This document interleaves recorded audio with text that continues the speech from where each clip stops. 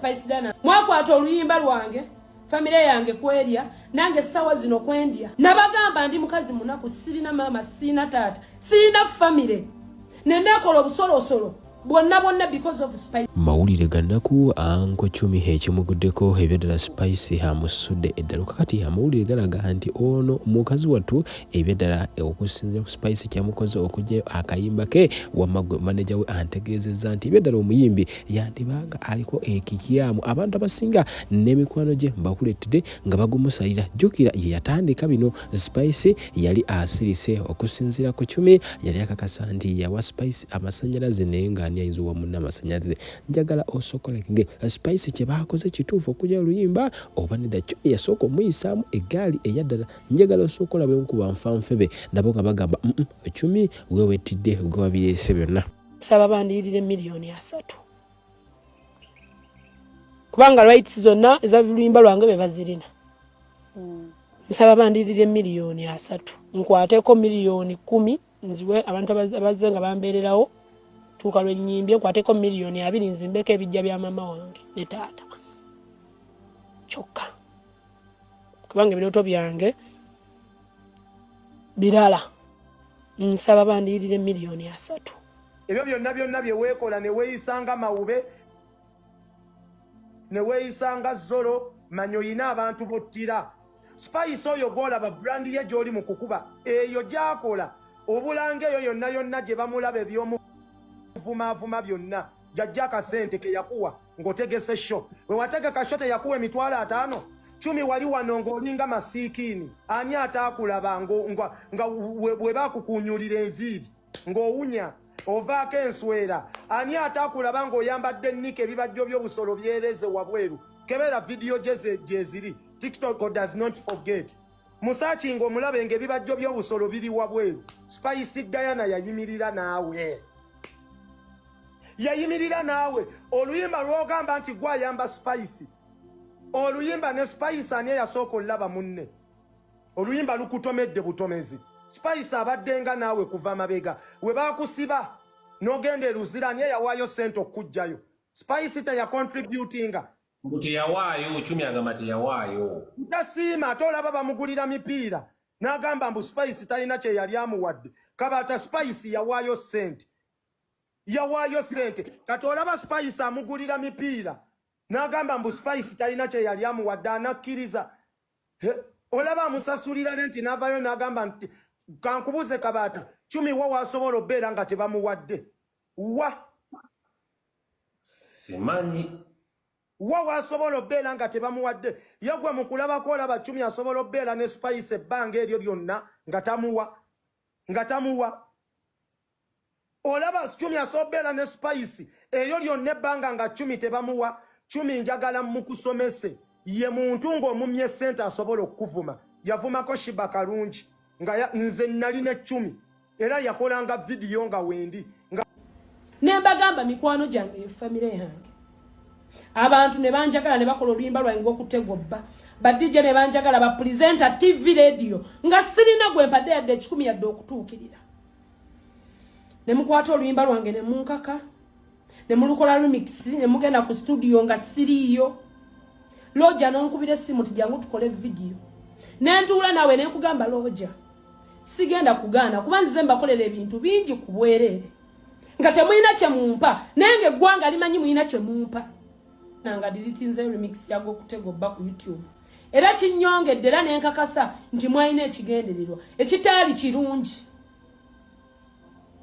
wandogalo n'ensiraana simanya biki olabira ddala nga pain Chumi gye yayina nga abantu bakyamanyi luyimba era bamanyi remix Spice Diana gye yakola naye how was that super helpful when it comes to Chumi mumanya abantu bameka abaali eyo Kalisa ewa Masaka oluyimba lwa MC Chumi lwali telunaba batuukako nga saawa zino bamanyirwa Spice Diana kuba bamanyi oluyimba lwa Spice Diana nga bamanyi oluyimba lwa Spice Diana ate kati mweraga mbu simanya mukola birungi byereere mukuta oluyimba muludiriitinze sente oluyimba lwebadde zimaze okukola lubadde mu $500,000 nga lugenda mu mitwalo 6 oba bagamba 6 oba 6 I don't know ezo sente zoogera mu Luganda 600 views. Mukwate sente oluyimba lwelubadde lukoze mubalebale mu 600 views muvaamu sente meka muzikwate muzibale muziwe MC Chumi. Period. Sente muzijjeeyo oluyimba lwezimaze okukola buli kimu kivuddeyo ate essaawa zino mutulaga nti munyize nnyo mugjeeyo n'oluyimba. Spicy Diana osobola okusasula MC Chumi byabadde nga kolera. Ku ntalo ba Shiba Gadgets ba Shibaholics badde barana MC Chumi azituddengamu bwogwa ku media kuno n'azirana. Kye muŋŋamba nti musobola obbulwa miliyoni 6 nga mukwata ne mugenda ne mukola charity ku bantu be mutamanya omuntu atatulangako mu challenge yo. Ng'okimanyi bulungi omuntu atulangako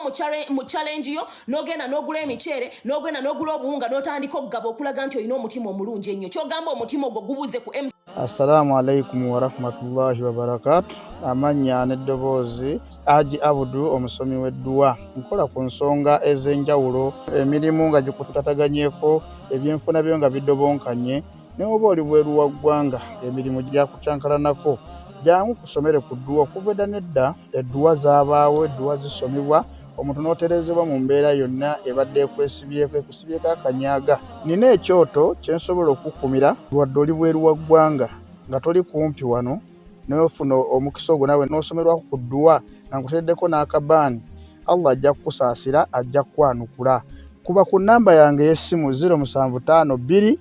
44 71 5 ne ku WhatsApp kwendi mpereza obubaka sobolo okuyamba. Assalamu alaikum wa rahmatullahi wa barakatuh. Spicy Diana oluyimba alugjeeyo kolabo yaabwe ne Chumi naye Chumi wettidde teriyo muyimbi agenda kwesiga kuba buli omu agenda agamba olaba yeefuulira Spicy ate nze ebintu wabyonoonye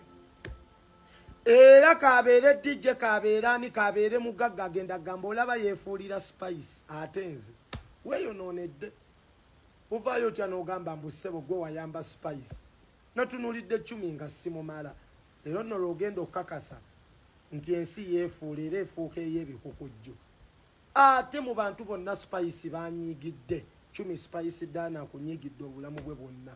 Oluyimba alugjeeyo ku YouTube channel era toyina wogenda kusanga kolabo ya Chumi na Spicy Diana si bya copyright wabula oluyimba ludiriitingibwa ddala